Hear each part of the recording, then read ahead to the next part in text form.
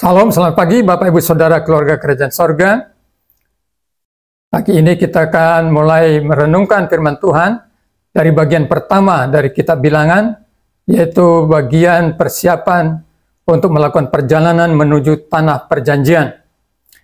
Bapak Ibu yang dikasihi Tuhan, di dalam bagian pertama ini Tuhan menetapkan peraturan-peraturan tentang persiapan bagaimana bangsa Israel melakukan perjalanan. Maka ketetapan yang pertama adalah berkaitan dengan pendataan kependudukan orang Israel. Itu disebutkan dalam Bilangan pasal 1 ayat 1 sampai 3 yang bunyinya demikian. Tuhan berfirman kepada Musa di padang gurun Sinai dalam kemah pertemuan. Pada tanggal 1 bulan yang kedua dalam tahun yang kedua sesudah mereka keluar dari tanah Mesir. Hitunglah jumlah segenap umat Israel menurut kaum-kaum yang ada dalam setiap suku mereka, dan catatlah nama semua laki-laki di Israel yang berumur 20 tahun ke atas dan yang sanggup berperang, orang demi orang.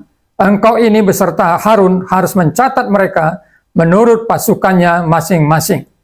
Nah, Bapak Ibu yang kasih Tuhan, di dalam ayat 1 ditegaskan bahwa perintah ini diberikan Tuhan kepada Musa sesudah bangsa Israel 2 tahun keluar dari Mesir.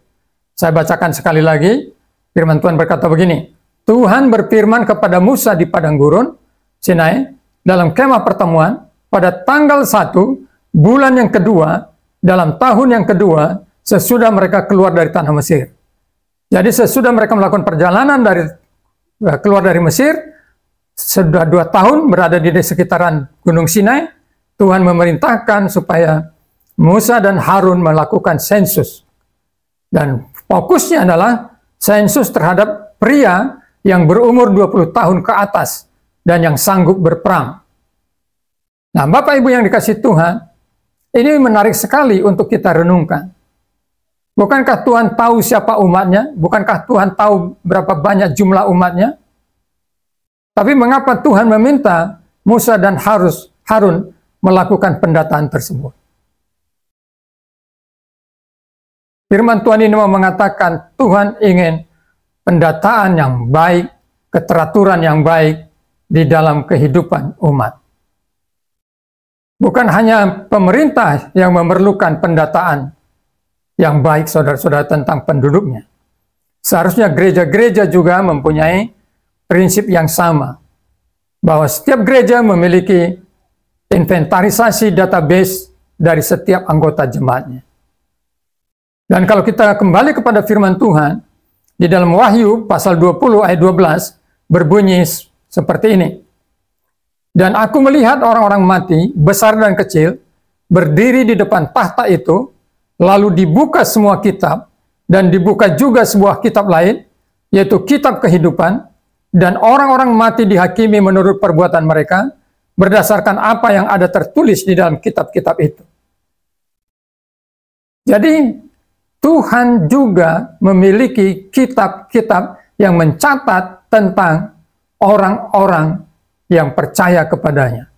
Yang disebut dalam ayat Alkitab ini, kitab kehidupan.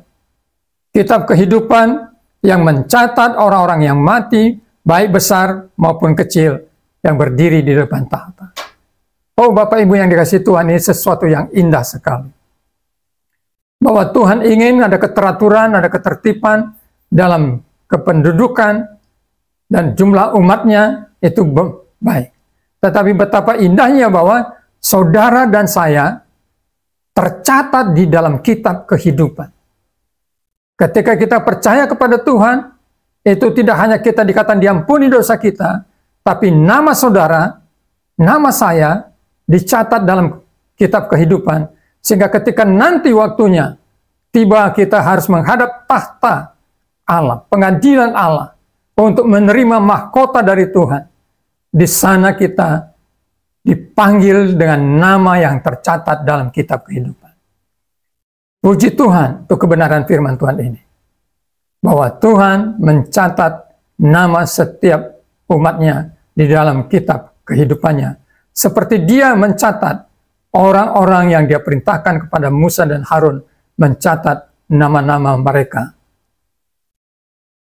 Jalani hidup kita dengan keyakinan penuh ini, kesadaran penuh ini, kita hari ini menjalaninya dengan sebuah sukacita besar, karena nama saudara tercatat di dalam kitab kehidupan. Kita berdoa.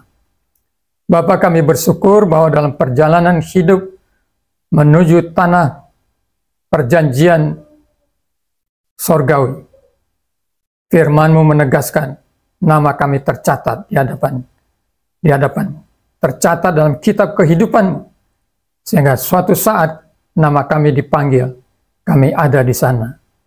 Terima kasih Tuhan, terpujilah Engkau selama-lamanya. Dalam nama Tuhan Yesus. Amin.